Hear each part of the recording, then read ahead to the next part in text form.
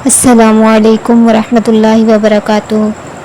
تو آج ہم کچھ ایسے واقعات پڑھیں گے جو ماں کے نافرمانوں کے بارے میں ہیں کہ اللہ پر ان کے عذابات کس طرح سے نازل ہوئے۔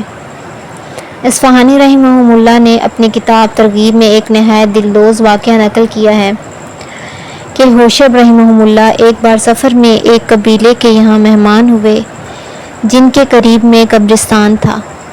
جب عصر کا وقت تھا تو اچانک ایک قبر شق ہوئی اور ایک آدمی جس کا سر گدھے کی شکل کا تھا نکلا اور گدھے جیسی آوازیں 3 بار نکال کر پھر قبر میں چلا گیا۔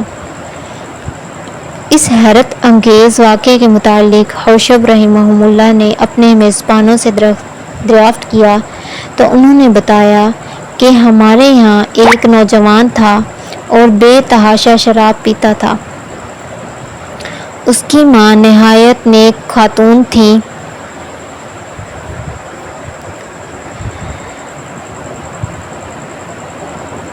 جب اس کا نشہ اترتا تو وہ اس سے کہتی کہ ارے ناداں، تو مسلمان ہو کر کیا غضب کرتا ہے؟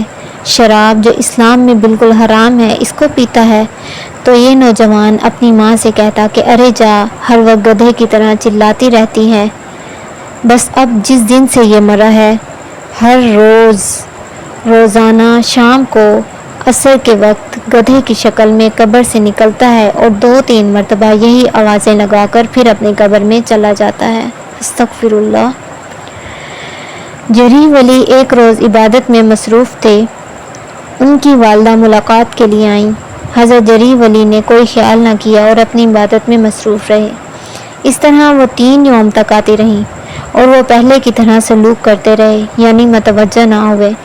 آخر والدہ نے خفا ہو کر بددعا کی کہ اے اللہ، اسے اس وقت تک موت نہ آئے جب تک یہ کسی زانیہ کا چہرہ نہ دیکھ لے۔ بنی اسرائیل میں ان کی عبادت کا بہت شہرہ تھا۔ اسرائیلی حاسد تھے۔ ان سے ایک زانیہ نے کہا کہ اگر کہو تو جری کو کسی فتنے و آزمائش میں ڈال دوں۔ انہوں نے کہا ضرور۔ وہ عورت سنگھار کر کے حضرت کے پاس گئی، لیکن جری نے آنکھ اٹھا کر دیکھا تک نہیں۔ پھر وہ ایک چرواہے کے ہاں گئی، اس سے زنا کا حمل ہو گیا، لڑکا پیدا ہوا۔ اس نے جری کا مشہور کر دیا۔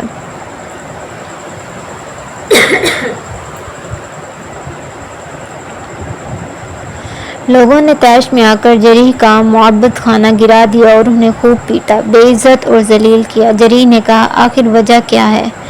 انہوں نے کہا کہ تم نے فلاں عورت سے زنا کیا اور یہ لڑکا تیرا ہے۔ جری نے کہا لڑکا کہاں ہے؟ جب لڑکا حاضر کیا گیا تو جری نے اس کے پیٹ پر انگلی لگا کر کہا بتاؤ تم کس کے بیٹے ہو اور تمہارا باپ کون ہے؟ لڑکے نے جواب دیا میرا باپ فلاں چرواہا ہے۔ لوگ سن کر پاؤں میں پڑ گئے اور اپنے قصور کی معافی مانگی اور کہنے لگے تیرا معبد سونے کا بنا دیتے ہیں۔ معبد یعنی عبادت خانہ۔ ولی اللہ نے کہا کوئی ضرورت نہیں، پہلے کی طرح مٹی کا ہی کافی ہے۔ اس ولی نے نفلی عبادت کو والدین کی خدمت میں افضل جانا۔ اللہ تعالیٰ کو یہ چیز پسند نہ آئی، چنانچہ جب ماں نے بددعا کی تو وہ قبول ہوئی۔ ولی اللہ کی بے عزتی ماں کی بددعا کا نتیجہ تھی۔ ماں کی اجازت کے بغیر حج کرنے کا انجام۔ ایک نوجوان کو حج کا شوق ہوا۔ اس کی ماں اس کو سفر کی اجازت نہ دیتی تھی، چنانچہ وہ بغیر اجازت ہی حج کو چلا گیا۔ راستے میں چوروں نے اسے پکڑا، اس کا زاد راست سب چھین لیا اور اس کے چاروں ہاتھ پاؤں کاٹ کر وہیں چھوڑ دیا۔ بیت اللہ کے مؤذن کو خواب میں اشارہ غیبی ہوا کہ اٹھو اور فلاں جنگل میں جا کر فلاں جوان کی خبر لو کہ مجھ کو اس پر رحم آتا ہے، یعنی اس نے گویا ایک بڑی غلطی کی ہے، مگر چونکہ میرے ہی دربار میں آ رہا تھا اس لیے مجھے بھی اس کی خاطر منظور ہے۔ مؤذن نیند سے بیدار ہوا اور بتائے ہوئے جنگل کی جانب روانہ ہو گیا۔ وہاں پہنچا تو کیا دیکھتا ہے کہ ایک نوجوان پڑا ہے، اس کے ہاتھ پیر کٹے ہوئے ہیں۔ اس نے پوچھا اے شخص یہ تیرا حال کیا ہوا؟ اس نے کہا میں نے والدین سے اجازت لیے بغیر راہ کعبہ میں قدم رکھا، اس لیے میرا حال یہ ہوا جو تیرے سامنے ہے، تاکہ بندگان الہی کو عبرت ہو کہ والدین کا بڑا حق ہے۔ ان کی اجازت کے بغیر حج کے لیے جانے میں بھی ایسا معاملہ پیش آتا ہے، چہ جائے گا کہ ان کو ناحق اعزاء دینا اور برا بھلا کہنا، اس کا تو انجام کار ہی بہت برا ہے۔ یہ سن کر اس مؤذن نے کہا کہ خیر جو ہوا سو ہوا، اب اس سے توبہ کرو۔ اس نے صدق دل سے توبہ کی اور مؤذن سے درخواست کی کہ مجھے میری ماں کے پاس پہنچا دے تاکہ اس کو راضی کروں۔ جس طرح ایک بار حماقت کر کے اپنے سفر حج کو کھوٹا پایا ہے اور ہاتھ پاؤں سے محروم ہو گیا ہوں، ایسا نہ ہو کہ دم آخر ایمان سے ہی محروم ہو جاؤں اور سفر آخرت کو کھوٹا کر لوں۔ مؤذن نے یہ سن کر اس کو اٹھایا اور اس کے وطن پہنچا کر اس کی ماں کے دروازے کے پاس بٹھا دیا اور خود واپس ہو گیا۔ اس کی ماں اندر بیٹھی تھی۔ نوجوان نے سنا کہ وہ یوں دعا کر رہی تھی کہ الہی، میں نہیں جانتی کہ اس سفر میں میرے بچے کے ساتھ کیا معاملہ پیش آیا، کیونکہ وہ میری اجازت کے بغیر چلا گیا۔ اب تو اس کو مجھ تک پہنچا دے کہ میرا دل اس کے لیے بے قرار ہے۔ نوجوان بھی ماں کے ان کلمات کو سن کر بلبلا گیا اور اپنے کٹے ہاتھ سے دروازہ کھٹکھٹایا۔ ماں اندر سے بولی، ارے یہ کون ہے جو بیوہ اور غمزدہ کا دروازہ کھٹکھٹا رہا ہے؟ پھر خیال کیا کہ شاید کوئی میرے مسافر بچے کی ہی خبر لایا ہو۔ یہ خیال کر کے اٹھ کر باہر آئی، دیکھا کہ اس کا غریب فقیر سا آدمی بیٹھا ہے۔ ارے غریب فقیر مسافر، آگے آ، اگر تجھ کو روٹی کی ضرورت ہے تو روٹی دوں۔ اس نے کہا، میں روٹی کیسے لوں، میرے تو ہاتھ ہی نہیں۔ اس نے کہا، اچھا ذرا آگے آ۔ اس نے کہا، آؤں کس طرح، میرے تو پاؤں بھی نہیں۔ اس غریب کی یہ بات سن کر بیوہ کو اس پر بہت ہی ترس آیا۔ کہا، اے جوان غریب، تیری آواز تو میرے بیٹے سے بہت ملتی جلتی ہے۔ چنانچہ وہ دوڑ کر چراغ لائی اور آگے پیچھے سے اس کا منہ دیکھنے لگی۔ اس کو دیکھ کر اس کی آنکھ ٹھنڈی ہوئی۔ وہ کہتی جاتی تھی، تیری ہی طرح میرا بھی ایک بچہ تھا، میری اجازت کے بغیر وہ حج کی طرف چلا گیا۔ میں نہیں کہہ سکتی کہ وہ سفر میں اس کا کیا حال ہوا۔ ماں کے منہ سے یہ کلمات سن کر وہ جوان صبر نہ کر سکا اور پھوٹ پھوٹ کر رونے لگا۔ پھر اس نے کہا، اے ماں، تیرا وہ بیٹا میں ہی ہوں، تیری حق تلفی میں نے کی، اس کا یہ انجام ہوا۔ ماں نے جب یہ سنا تو ایک ہائے کی اور بے ہوش ہو گئی۔ تھوڑی دیر بعد جب ہوش آیا تو آسمان کی جانب منہ کیا اور دعا کی، اے الہی، تو نے اس کو کیے کی سزا دی اور ادب دیا، لیکن پروردگار، اس کو ہلاک نہ کر اور ایمان کی سعادت سے اسے محروم نہ رکھیو۔ اس واقعے کے بیان سے یہ غرض یہ ہے کہ تم سمجھو کہ ماں باپ کی خوشی عجیب چیز ہے اور ان کی نافرمانی بہت ہی وبال کی چیز ہے۔ ٹی وی کی خاطر ماں کی نافرمانی کرنے والی ٹی وی کے سامنے اوندھے منہ پڑی تھی۔ رمضان شریف کا مہینہ تھا۔ افطاری سے کچھ دیر پہلے ماں نے بیٹی سے کہا کہ بیٹی، آج اپنے گھر مہمان آنے والے ہیں، افطاری کے لیے سامان تیار کرنا ہے، اس لیے تم بھی میرے ساتھ مدد کرو اور کام میں میرے ساتھ لگ کر افطاری تیار کرواؤ۔ بیٹی نے جواب دیتے ہوئے کہا کہ اماں، اس وقت تو ٹی وی پر ایک بڑا ہی دلچسپ اور خاص ڈرامہ آ رہا ہے، میں تو پہلے وہ دیکھوں گی، اس سے فارغ ہو کر ہی کچھ کروں گی۔ یہ کہہ کر اوپر چھت پر چلی گئی۔ چونکہ وقت کم تھا اس لیے ماں نے کہا کہ اس کو چھوڑو اور کام کراؤ۔ بیٹی نے ماں کی بات سنی انسنی کر دی اور اوپر والے کمرے میں جا کر مزے سے ٹی وی دیکھنے لگی۔ تھوڑی دیر کے بعد اس لڑکی نے ماں کے ڈر سے کہیں مجھے زبردستی کام کے لیے اٹھا کر نہ لے جائے، دروازہ بھی اندر سے کنڈی لگا کر بند کر لیا۔ نیچے سے بیچاری ماں آوازیں دیتی رہی، لیکن اس نے کچھ بھی پرواہ نہ کی۔ ماں سے افطاری کے لیے جو کچھ تیاری ہو سکی ماں نے کر لی۔ کافی وقت گزر گیا، مہمان بھی آ گئے اور حتیٰ کہ سب افطاری کے لیے بھی بیٹھ گئے۔ ماں نے پھر لڑکی کو آواز دی تاکہ وہ بھی آ کر افطاری کر لے، لیکن بیٹی نے کوئی جواب نہ دیا۔ تو ماں کو شک سا ہوا اور وہ اوپر گئی اور دروازے پر جا کر دستک دی، لیکن اندر سے کوئی بھی جواب نہ آیا۔ تو اب ماں گھبرا گئی کہ اندر سے جواب کیوں نہیں آ رہا۔ چنانچہ ماں نے اس کے بھائیوں اور اس کے باپ کو اوپر بلایا۔ انہوں نے بھی آوازیں دیں اور دستک دی، مگر جب اندر سے کوئی بھی جواب نہ آیا تو پھر مجبوراً دروازہ توڑا گیا۔ دروازہ توڑ کر جب اندر گئے تو دیکھا کہ ٹی وی کی خاطر ماں کی نافرمانی کرنے والی وہ لڑکی ٹی وی کے سامنے ہی اوندھے منہ زمین پر مری پڑی تھی۔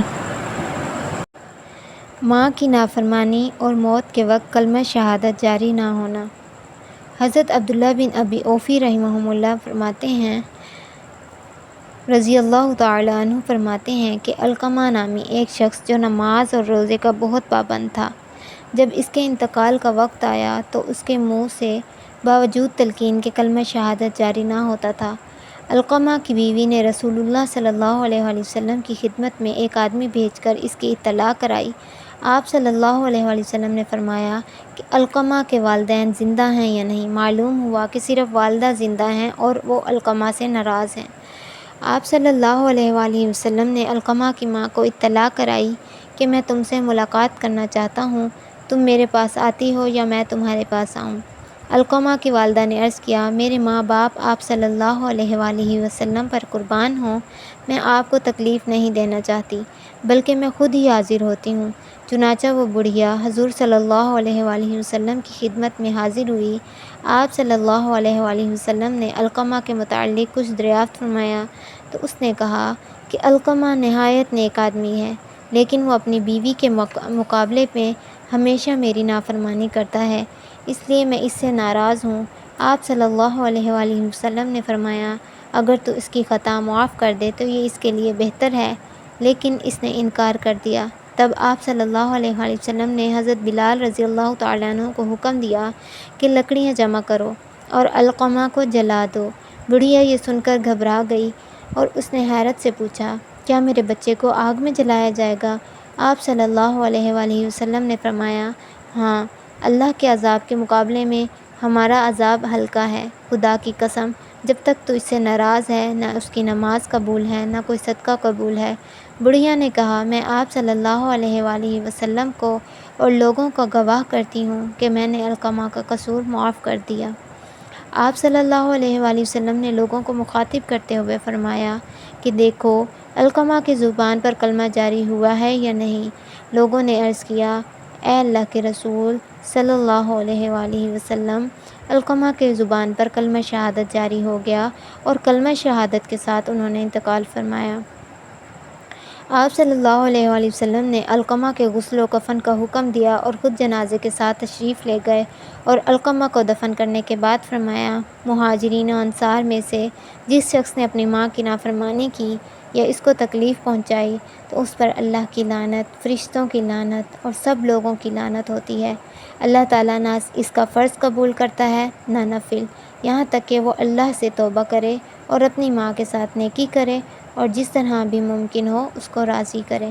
اللہ کی رضا ماں کی رضامندی پر موقوف ہے، اللہ تعالیٰ کا غصہ اس کے غصے میں پوشیدہ ہے۔ لہٰذا جو حضرات خدا نخواستہ اگر والدین کی نافرمانی اور اظہار ثانی میں مبتلا ہوں تو انہیں چاہیے کہ وہ سچے دل سے توبہ کر لیں اور ہر ممکن طریقے سے والدین کو راضی رکھنے کی کوشش کریں، کیونکہ اس میں انسان کی فلاح ہے۔ حدیث میں ہے، جنت ماں کے قدموں تلے ہے۔ والدین کی بد دعا سے بری موت کے مشاہدات۔ میرے والد صاحب کے ایک دوست کے متعلق مشہور تھا کہ جب اس کی والدہ قریب المرگ تھیں تو اس نے اس کے ساتھ بدتمیزی کی اور وہ بیچاری اکیلی پڑی رہی اور اسی حالت میں مر گئی۔ میں اس جستجو میں تھا کہ جو والدین کے ساتھ برا سلوک دیکھیں اس کا خاتمہ کیسے ہوتا ہے۔ زندگی کے ایام گزرتے گئے۔ تقریباً اس واقعے سے 30 سال بعد یہ صاحب جو اپنی والدہ کے ساتھ بدسلوکی سے پیش آتے تھے بیمار ہوئے اور بہت کمزور تھے۔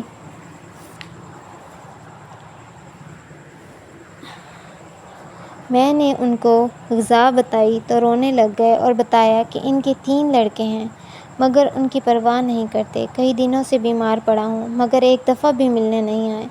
چنانچہ اسی حالت میں ان کی موت واقع ہو گئی۔ وہ شخص رات کو تنہائی میں انتقال کر گیا۔ صبح کے وقت جب محلے والوں نے دیکھا تو چونٹیاں اس کو کاٹ رہی تھیں اور وہ خدا کو پیارا ہو چکا تھا۔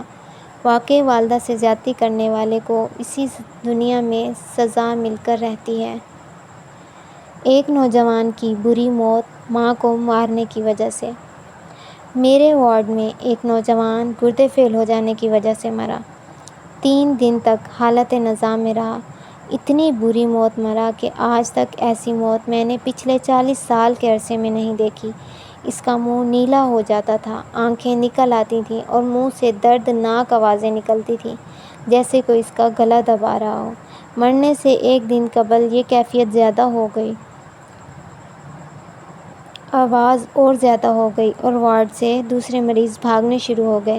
چنانچہ اس کو وارڈ سے دور ایک کمرے میں منتقل کر دیا گیا تاکہ اس کی آواز کم ہو جائے، مگر پھر بھی یہ حالت جاری رہی۔ اس کا والد مجھے یہ کہنے کے لیے آیا کہ اس کو زہر کا ٹیکہ لگا دیں تاکہ یہ مر جائے، ہم سے ایسی حالت دیکھی نہیں جاتی۔ میں نے کہا کہ اس کی کیا ایسی خاص غلطی ہے؟ اس کا والد فوراً بول اٹھا، یہ شخص اپنی بیوی کو خوش کرنے کے لیے ماں کو مارا کرتا تھا اور میں اس کو بہت روکا کرتا تھا۔ یہ بری موت اسی کا نتیجہ ہے۔ ماں پر قاتلانہ حملہ کرنے کی وجہ سے زمین میں دھنس گیا۔ میرا ایک دوست اپنی بستی میں رشتہ داروں سے ملنے گیا۔ وہاں ایک واقعہ ہوا تھا جو درج کر رہا ہوں۔ اس بستی میں ایک کسان کے گھر اس کی ماں اور اس کی بیوی کے درمیان ہمیشہ جھگڑا رہتا تھا۔ کئی دنوں اس کی بیوی ناراض ہو کر چلی گئی، بہت منت سماجت سے اس کو واپس لے آتا۔ اس کی بیوی نے یہ شرط آخر رکھی کہ تو اپنی ماں کو ختم کر دے، پھر میں تیرے گھر آؤں گی۔ اس کسان نے روزانہ کے جھگڑے سے تنگ آ کر آخرکار اپنی ماں کو ختم کرنے کا پروگرام بنا لیا۔ وہ کسان روزانہ کماد یعنی گنا کھیت سے کاٹ کر بازار میں بیچا کرتا تھا۔ ایک دن وہ اپنی ماں کو کھیت میں اسی بہانے سے لے کر گیا کہ وہ کماد کا گھٹا اس کے سر پر رکھوا دے گا۔ چنانچہ ماں کو کھڑا کیا اور کماد کاٹنا شروع کر دیا اور ایک دم سے اپنی کلہاڑی سے ماں کو ختم کرنے کے ارادے سے حملہ کیا تو زمین نے اس کے پاؤں پکڑ لیے۔ کلہاڑی دور جا گری اور اس کی ماں چلاتی ہوئی اپنی جان بچانے کے لیے گاؤں کی طرف بھاگ گئی۔ اس دوران زمین نے آہستہ آہستہ کسان کو نگلنا شروع کر دیا تو کسان نے چلانا شروع کیا، اونچی آواز سے اپنی ماں کو پکارتا اور معافی مانگتا، مگر کھیت دور ہونے کی وجہ سے لوگوں تک اس کی آواز بہت دیر کے بعد پہنچی۔ جب لوگ وہاں پہنچے تو چھاتی تک زمین اس کو نگل چکی تھی، اس کا سانس بھی بند ہو رہا تھا۔ اسی حالت میں آہستہ آہستہ زمین میں دفن ہو گیا۔ لوگوں نے اس کو نکالنے کی بڑی کوشش کی مگر زمین نے اسے نہ چھوڑا اور وہ وہیں مر گیا۔ جیسی کرنی ویسی بھرنی۔ حضرت ابو ہریرہ رضی اللہ تعالیٰ عنہ سے مروی ہے کہ آپ صلی اللہ علیہ وآلہ وسلم نے ارشاد فرمایا، 3 دعائیں مقبول ہیں جن کی مقبولیت میں ذرا بھی شبہ نہیں: مظلوم کی دعا، مسافر کی دعا اور ماں باپ کی بد دعا اپنی اولاد کے لیے۔ ہمارے گھروں میں بد دعا اور دعا کی کوئی حیثیت باقی نہیں رہی، حالانکہ قرآن کریم کے مطالعے سے معلوم ہوتا ہے کہ اللہ تعالیٰ کے سب نبیوں نے اپنی اپنی اولاد کے لیے نیک دعائیں کی ہیں۔ اس کا تقاضا تو یہ تھا کہ والدین اپنی اولاد کے لیے بہتر سے بہتر دعا کرتے، ان کو دنیا و آخرت کو سنوارنے کے لیے ان کے حق میں اچھی دعائیں کرتے۔ مگر ہمارے ملک میں کچھ الٹا سا رواج ہے کہ جاہل ماں باپ اپنا غصہ ٹھنڈا کرنے کے لیے ذرا ذرا سی بات پر اپنی اولاد کو ایسی خطرناک بد دعائیں دے جاتے ہیں کہ اگر وہ اسی وقت قبول بارگاہ الہی ہو جائیں اور ان پر پڑ جائیں تو یہ جاہل والدین بھی لرزہ برآمدم ہو جائیں گے۔ اور عموماً ہوتا بھی ایسا ہی ہے کہ دیر سویر ان بچوں کو بد دعائیں لگ جاتی ہیں، برباد کر ڈالتی ہیں، مگر اس کا احساس نہ والدین کو ہوتا ہے اور نہ ہی بچوں کو ہوتا ہے۔ صاحب کشاف علامہ زمخشری رحمہ اللہ کے بارے میں منقول ہے، ان کا پاؤں کٹا ہوا تھا۔ جب ان سے اس کی وجہ پوچھی گئی تو انہوں نے جواب دیا کہ ماں کی بد دعا کا نتیجہ ہے۔ واقعے کی تفصیل بیان کرتے ہوئے میں نے کہا کہ میں نے بچپن میں ایک چھوٹی سی چڑیا کو پکڑ کر اس کے پاؤں میں دھاگا باندھ دیا، اس سے اس کا نازک سا پاؤں کٹ گیا۔ یہ دیکھ کر میری والدہ بہت متاثر ہوئیں اور ان کی زبان سے بد دعا کا یہ کلمہ نکل گیا کہ جس طرح تو نے اس چڑیا کا پاؤں کاٹا، تیرا بھی پاؤں کاٹا جائے۔ والدہ کی بد دعا کا انجام۔ یہ واقعہ مولانا قاری امیر الدین انور گھوٹکی والے نے مولانا عبدالشکور دین پوری رحمہ اللہ کے حوالے سے فرمایا کہ میں ایک دفعہ گوجرانوالہ کے بازار سے تیز گزر رہا تھا تو اچانک فٹ پاتھ پر بیٹھے ہوئے بھکاری پر نظر پڑ گئی۔ مجھے دیکھتے ہی زور سے پکارنے لگا۔ میں بھی جلدی میں تھا، میں نے سنی انسنی کر دی، لیکن اس نے چلا کر کہا کہ مولانا خدا کے واسطے میری بات تو سنیے، میں بھیک نہیں مانگتا، میرے لیے صرف دعا کیجیے۔ میں یہ سن کر اس کے قریب گیا تو فقیر یوں گویا ہوا کہ میں اپنے وقت کا بہت مالدار تھا، اللہ کا دیا سب کچھ تھا، کار، کوٹھی، بنگلہ، غرض عیش کرنے کی ہر چیز تھی، شراب کباب کا بھی عادی تھا، نشے سے دماغ خراب رہتا تھا، غلط سوسائٹی میں بری طرح پھنس چکا تھا، اکثر گھر میں دیر سے جاتا تھا، باقی گھر والے تو سوئے ہوئے ہوتے تھے، صرف ایک والدہ بیچاری بیٹھی انتظار کر رہی ہوتی۔ وہ مجھے دیکھ کر روزانہ کہتی کہ بیٹا دیر سے آتے ہو، تیرا انتظار مجھے بے آرام کرتا ہے۔ یہ میرا روز کا معمول تھا۔ ایک روز میں نے رات کو دوستوں کے ساتھ زیادہ شراب پی اور بری حالت میں لڑکھڑاتا گھر پہنچا۔ کافی دیر ہو گئی تھی، پھر والدہ کو نیند نہ آئی اور انتظار میں بیٹھی ہوئی تھی۔ مجھے دیکھتے ہی غصے میں آ گئی، اس نے مجھے تھپڑ مارا۔ میں بھی نشے کی حالت میں تھا۔ میں نے ماں کے سر پر جوتی ماری۔ ماں کی زبان سے نکلا، جا تجھے کیڑے پڑیں۔ پھر میری اماں تھوڑے عرصہ زندہ رہی اور فوت ہو گئی۔ اس کے بعد میرے پاؤں میں پھوڑا نکلا اور کیڑے پڑ گئے۔ پورے پاکستان کے ڈاکٹر حکیم چھان مارے، علاج نہ ہو سکا۔ جو مال و دولت تھی وہ بیچ کر لندن علاج کے لیے گیا۔ انہوں نے کافی عرصہ علاج کیا، آخر کار کہہ دیا کہ تیرا مرض لا علاج ہے۔ پھر واپس پاکستان آ گیا۔ اب نہ گھر رہا نہ دولت، بھیک مانگ کر پیٹ بھرتا ہوں اور زخم کے کیڑے زیادہ ہو رہے ہیں۔ میرے لیے دعا کیجیے۔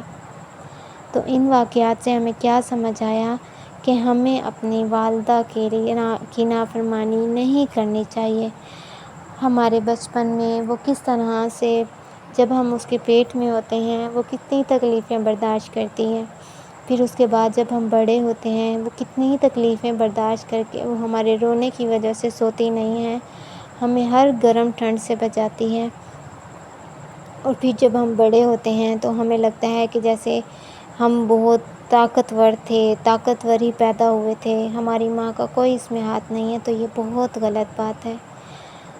اللہ سب دیکھ رہا ہے، اللہ سب دیکھ رہا ہے۔ والدین کی نافرمانی کی سزا دنیا میں ہی مل کر رہتی ہے، تو خدا والدین کی نافرمانی سے اللہ تعالیٰ ہمیں اپنی حفظ و امان میں رکھیں۔